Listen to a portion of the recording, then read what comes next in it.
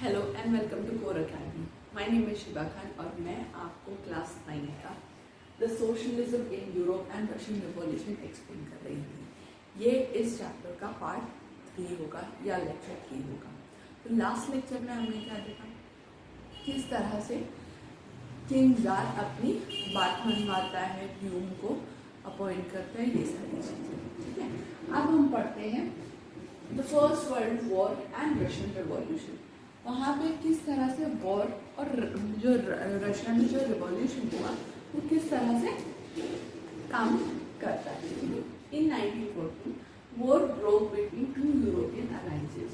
आपको मैंने बताया था एक बहुत बड़ा पार्ट यूरोप का होता है, तो उस दौरान यूरोप के दो पार्ट्स डिवाइड हो गए थे और दोनों पार्ट्स में झगड़ा हो गया। वर्ल्ड वॉर वो होता है जहाँ पे पूरी कंट्री, बहुत सारी कंट्रियाज मिलके लड़ाई करती हैं। ठीक है, अपने अपने फ्रेंड्स को अप्रोच करती है कि you come and help to me in this war. ठीक है, तो अलायंसेस, दो यूरोपियन अलायंसेस के बीच में झगड़ा हुआ था। देखते कौन से, एक था सेंट्रल पावर और एक था अलाइड पावर। अब देखते हैं सेंट्रल पावर में कौन कौन सी कंट्रीज थी। जर्मनी, ऑस्ट्रिया एंड टर्की कहाँ पे थी, सेंट्रल पावर में। और अलाइड पावर में थे फ्रांस, ब्रिटेन और रशिया। ठीक है, बेसिकली ये वर्ल्ड वॉर खत्म हुआ 1918 को। ठीक है, 1914 से स्टार्ट हुआ, 1918 को खत्म हुआ। जीता अलाइड पावर। स्टार्टिंग में अलाइड पावर की हालत बहुत खराब थी, लेकिन जैसे ही अमेरिका ने अलाइड पावर को ज्वाइन किया वो पावरफुल हो गई। आप तो सब जानते ही हैं कि अमेरिका कितना पावरफुल कंट्री है। तो अमेरिका जैसे ही अलाइड पावर को ज्वाइन करती है या अलाइड पावर जीत जाती है। ठीक है, in Russia the first world war was very popular, but later the support grew thin because Tsar refused to consult with main parties in Duma. Russia में first world war काफ़ी popular हुआ, लेकिन जैसे जैसे समय बीतता गया द सपोर्ट ग्रू थी, मीन्स उनका जो सपोर्ट है वो कम होते गया, क्योंकि जार कहीं ना कहीं अपनी मनमानी करता था और ड्यूम जो कि पार्लियामेंट उन्होंने बनाया था कंजर्वेटिव पार्टीज की, हमने लास्ट लेक्चर में पढ़ा ही है ना, तो उनकी ही बात नहीं मान रहा था, है ना, उनको ही डिसरिस्पेक्ट कर रहा था। Anti German sentiments run high. अब जितने भी इससे पहले जर्मन भी एक कंट्री थी और उस एरिया में मीन्स फ्रांस, ब्रिटेन, रशिया में German country mean German people भी रहते थे। अब दे स्टार्टेड हेटिंग देम। ठीक है, और एक जगह का नाम था सेंट पीटर्सबर्ग। जर्मन से इतने परेशान हो गए थे या इतने उन लोगों से नफरत करने लगे थे कि सेंट पीटर्सबर्ग का नाम हटा के उसे प्रोग्राड रख दिया गया। Russian आर्मीज lost battle in Germany and Austria. जो रशियन आर्मी थी वो बहुत ही तकलीफ में थी, क्योंकि वो ऑस्ट्रिया और जर्मनी से हार चुकी थी। ठीक है,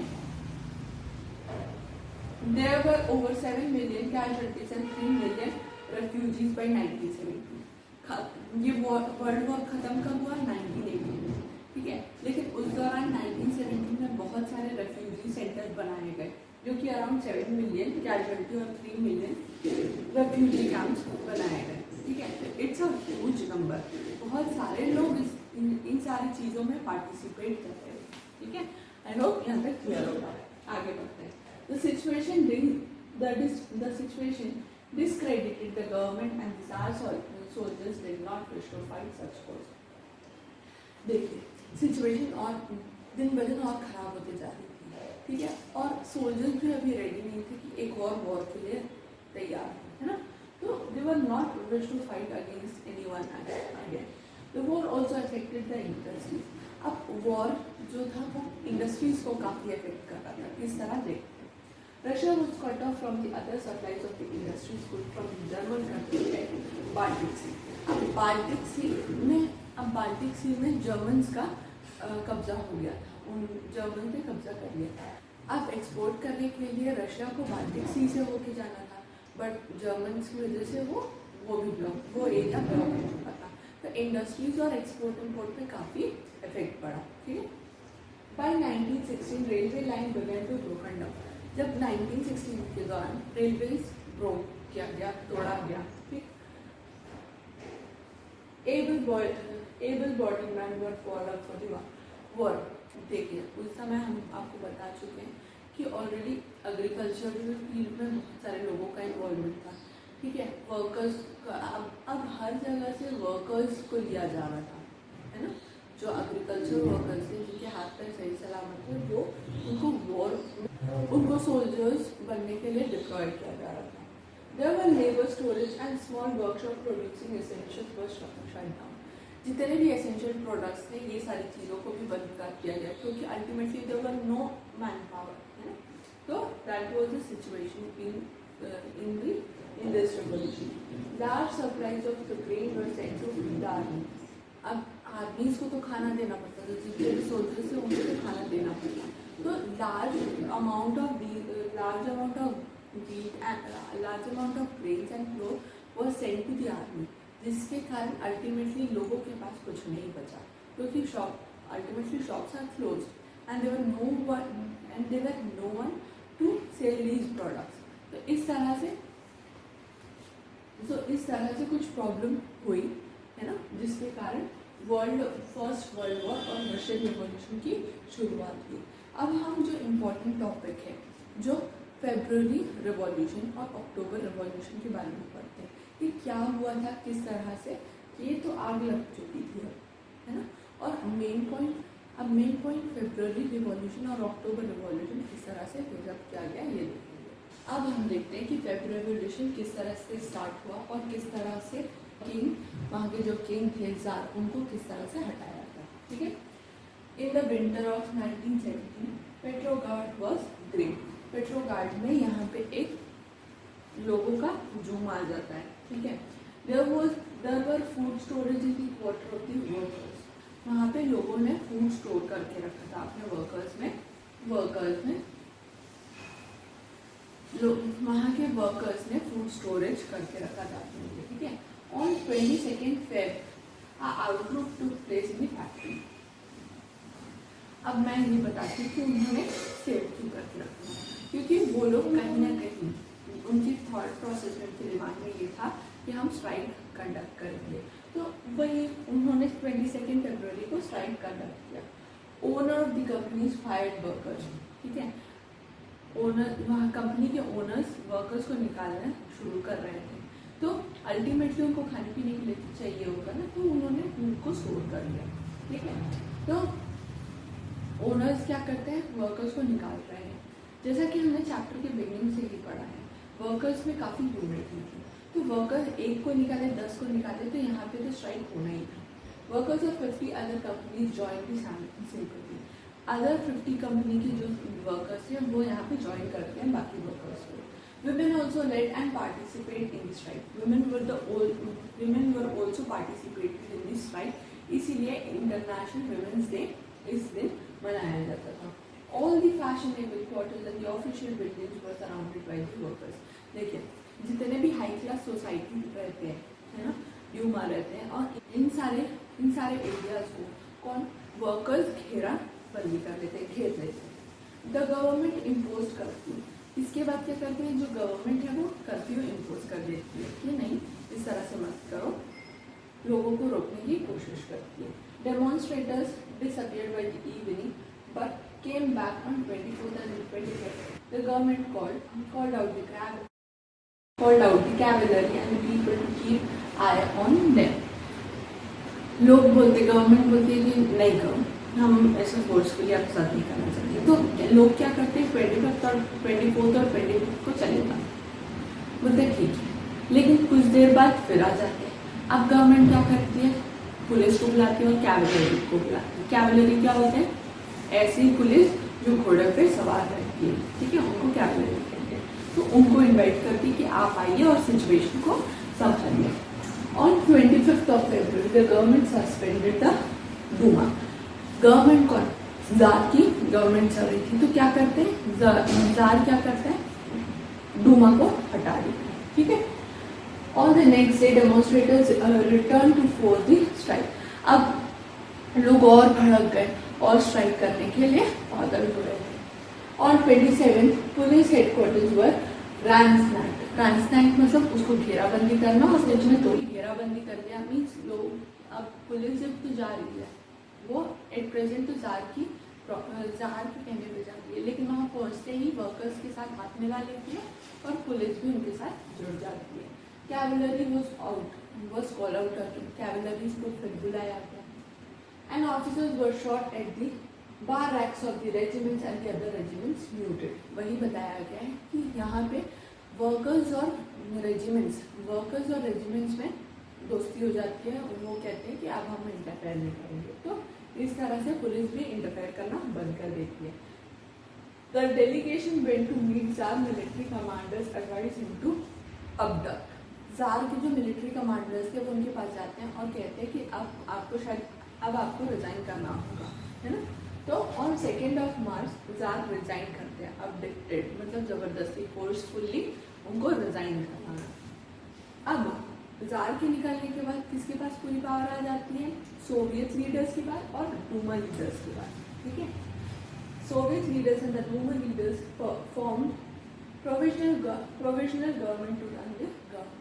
तो इन दोनों के कारण अब जो सोवियत लीडर्स और डूमा लीडर्स है ये दोनों मिलके गवर्नमेंट रन कर रहे हैं और कंट्री को चला रहे हैं। तो हमने देखा कि किस तरह से हमने किंग को हटा दिया।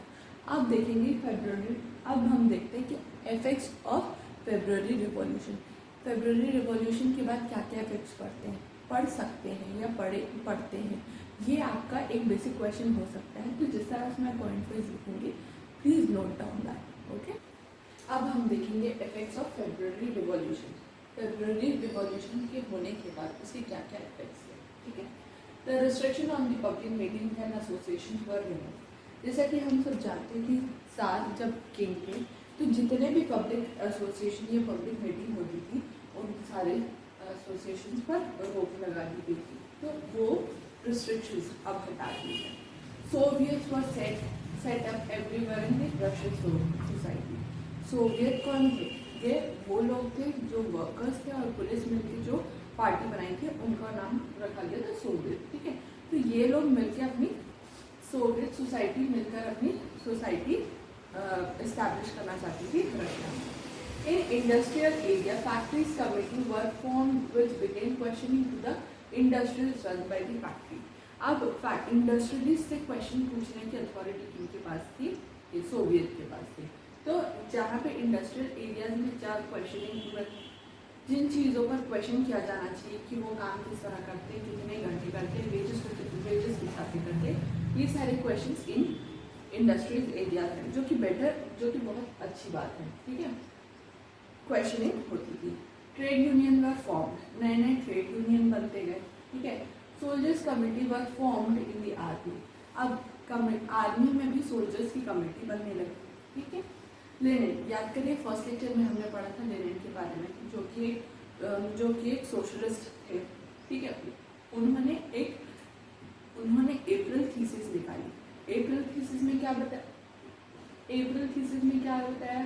क्लोजर ऑफ वॉर, जो वर्ल्ड वॉर चल रहा है उसे बंद किया जाए, है ना।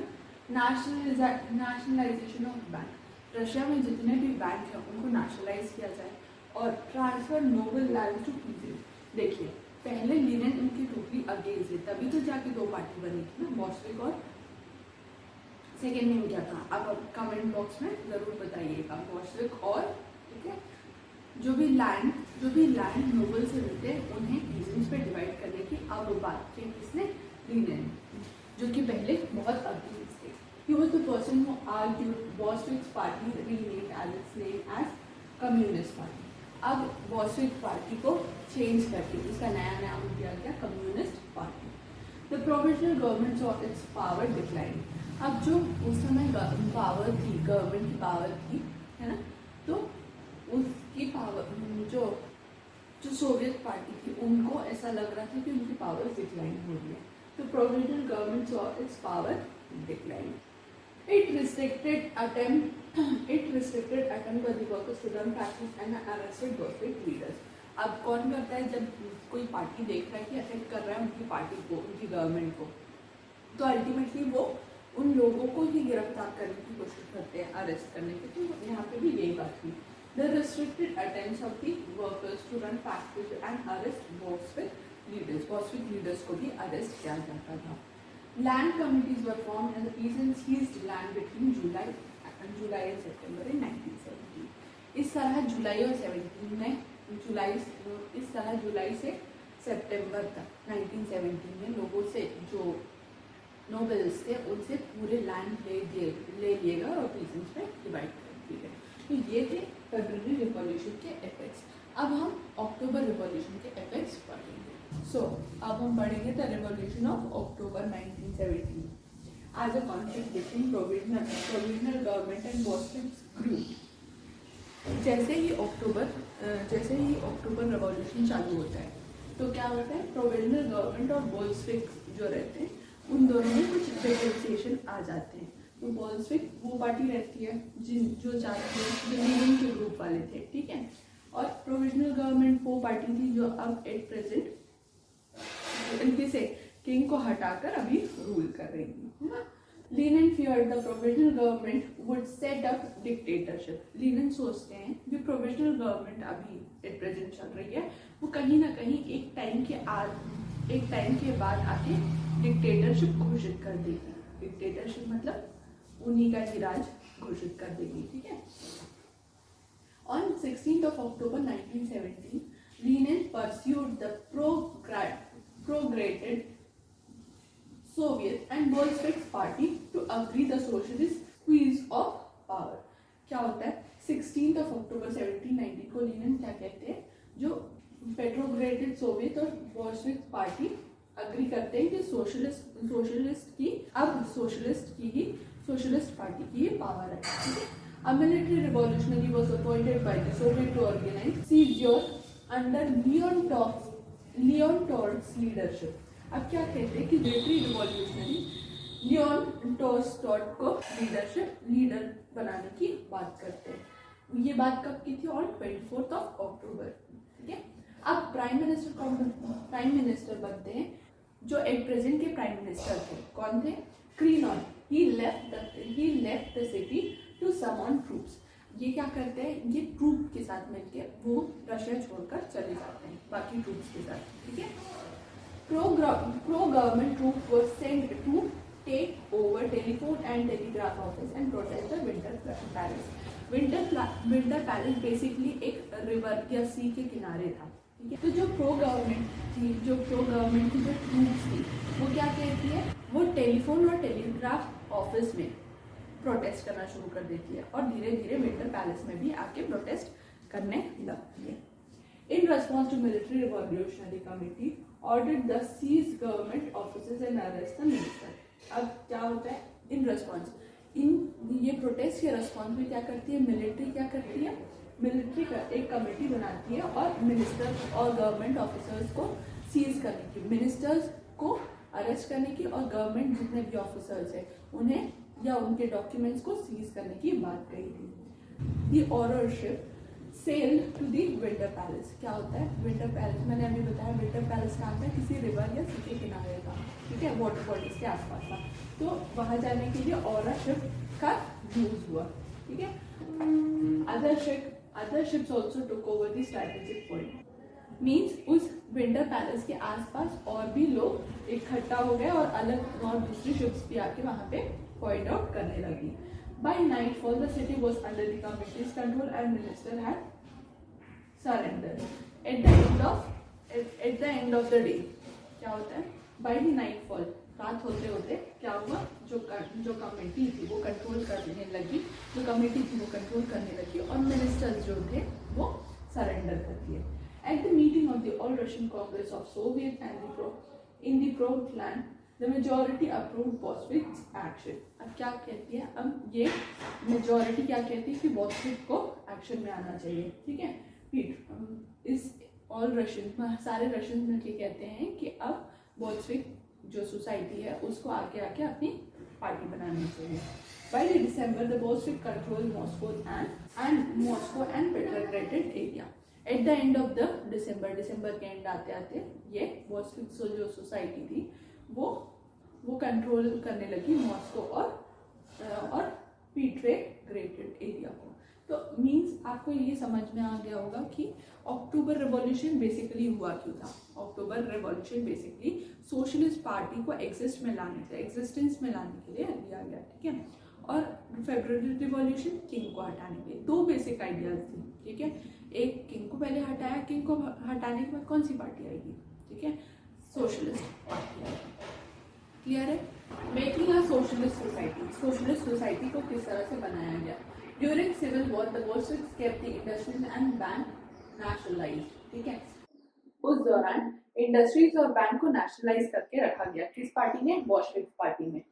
The process of centralise planning was introduced, नया तरीका लेके आया, नया प्रोसेस लेके आया ताकि सेंट्रलाइजेशन किस तरह से किया जा सके ये देखना।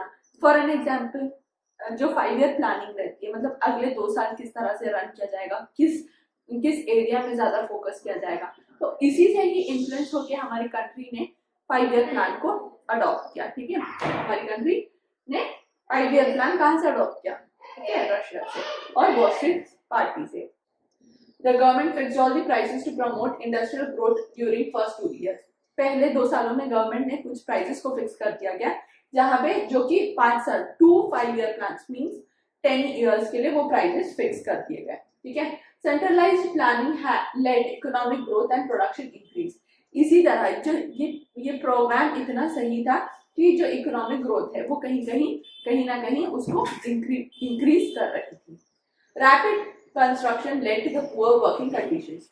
नए कंस्ट्रक्शन इतना आ गए थे मार्केट में कि वर्किंग कंडीशंस को ही खराब करना पड़ा, ठीक है। वर्किंग जो लेबर्स थे उनके कंडीशंस मतलब उतने अच्छे से काम नहीं कर रहे थे।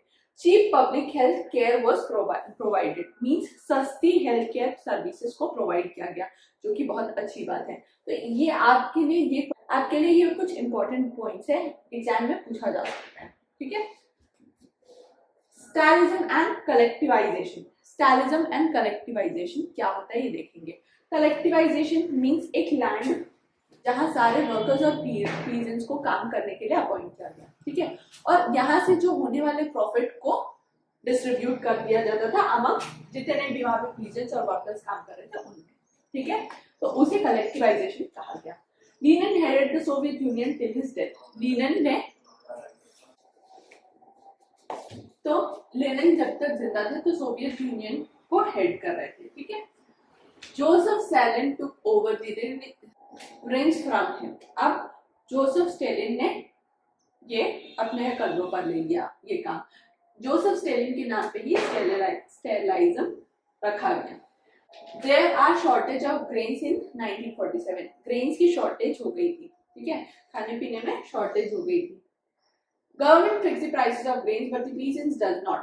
गवर्नमेंट ने प्राइस फिक्स कर दी थी ग्रेन्स की, लेकिन पीजेंट्स ने गवर्नमेंट को देने के लिए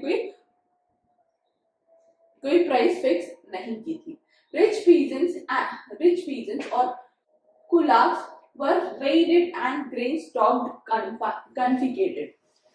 जोसेफ को क्या लगा कि जो बड़े बड़े पीजेंट्स हैं उन्होंने अपने घर पे स्टोरेज करके रखा होगा ग्रेन्स का, क्योंकि उसको लग रहा था कि ऐसे ये कुछ पीजेंट्स ऐसा भी कर सकते हैं कि जब प्राइस राइज होगा तब इसको सेल किया जाए, ठीक है। अब जब जोसेफ ने अपने पीजेंट्स को भेजा, अपने पीजेंट साथियों को भेजा कि आप चेक करके आइए कि बड़े बड़े पीजेंट्स क्या स्टोर करके रखे, तो वहां पे उनको कुछ नहीं मिला। मीन्स वहां पे उन लोगों ने देखा कि जो बड़े पीजेंट्स हैं वो ग्रेन स्टोरेज नहीं कर रहे, ठीक है।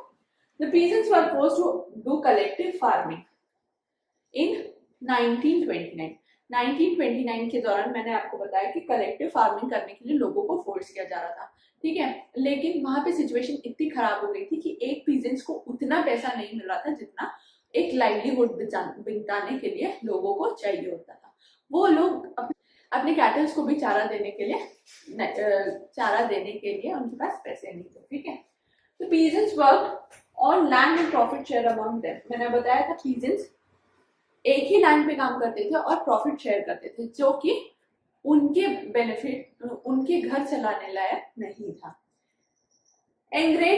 Ingrate peasants restricted their authority and destroyed their livelihood. Many of them destroyed their livelihood क्योंकि उनको उतने पैसे नहीं मिल रहे थे ताकि उनका घर चल सके। Many cattle died due to lack of food for the cattle. Cattle मर गए इसलिए क्योंकि उनके पास खाने के लिए उन पीजेंट्स या फार्मर्स के पास उनको अपने कैटल्स को खिलाने के लिए भी पैसे नहीं हुआ करते थे। In fact bad harvest killed around 4 million people. 4 million, 4 million means 1 million का 10 लाख होता है। तो आप काउंट बताइए 4 मिलियन कितने होंगे? 40 lakh people died due to bad harvest. तो कुछ इस तरह से स्टैलिज्म और कलेक्टिवाइजेशन थे। आगे बढ़ते हैं। Global influence of the Russia revolution and USSR. USSR का मतलब रशिया ही होता है। In many countries communist parties were formed like the communist party of the great Britain. Great Britain में जैसे कम्युनिस्ट पार्टी जैसे राजा रानी का रोल है ना, तो उसी तरह से बहुत सारी कंट्रीज में कम्युनिस्ट पार्टी फॉर्म होने लगी। The Bolsheviks encouraged colonial people to follow the experiment of taking power. क्या होता है? Bolsheviks encourage करते थे लोगों को कि एक्सपेरिमेंट्स, नए एक्सपेरिमेंट्स करो ताकि पावर्स को अपने अंडर, हम लोगों के अंदर आ सके। ठीक है। Some revised education of USSR Communist University of the Workers of the East. ये यूनिवर्सिटीज मतलब ये यूएसएसआर रशिया की कुछ यूनिवर्सिटीज पे कुछ काम कर रही थी, है ना। तो इकोनॉमिक प्लानिंग 5 ईयर प्रोग्राम, जो कि इकोनॉमिक प्लानिंग थी रशिया की, वो काफी देखने में बहुत ही अच्छी थी, है ना। लोगों के लिए काफी बेनिफिट काम कर रही थी और इकोनॉमिक का भी ग्रोथ हो रहा था। By the time of the outbreak of Second World War the USSR socialism a global face and the world stature. जैसे ही सेकेंड वर्ल्ड वॉर की अनाउंसमेंट हुई, यूएसएसआर अपने आप में ही बहुत ही सशक्त कंट्री था जिससे उसे कोई लड़ ना सके, है ना। इस तरह से हमने ये चैप्टर कंप्लीट किया। अगर आपको तीनों पार्ट्स में कोई भी डाउट हो तो please let me know, I will be happy to